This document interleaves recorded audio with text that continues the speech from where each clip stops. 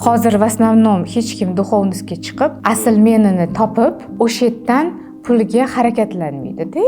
Hamma aslini topmasdan turib pulga harakatlanadi. O'shaning uchun muammolar vujudga keladi. Misol uchun men duxovnisga chiqqanimda keyin men pulga harakatlanish o'rniga duxovnisimda yuraverganman-da. Kola ichaman, suv ichaman, bir xil короче mazza. Lekin Xudo meni tepganda, как бы yo'q, duxovnis orqali pulga o's. O'zi shu eng правильный yo'lda. O'shanda insonlar mana xaosda bo'lmaydi. Hozir bizda hamma xaosda-ku.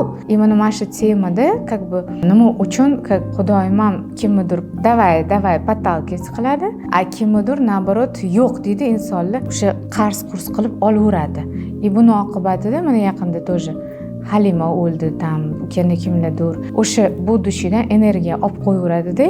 Shuning uchun vaqtlik ketadi, vaqtlik stress, vaqtlik mana shu narsalar insonlar tushunmaydi. Shuning uchun mana shu narsalar men ichimdan ochilib ketyapti-da hamma narsa. O'shani gapirmoqchi edim. Потому что желание to'g'risida bu, energiya to'g'risida.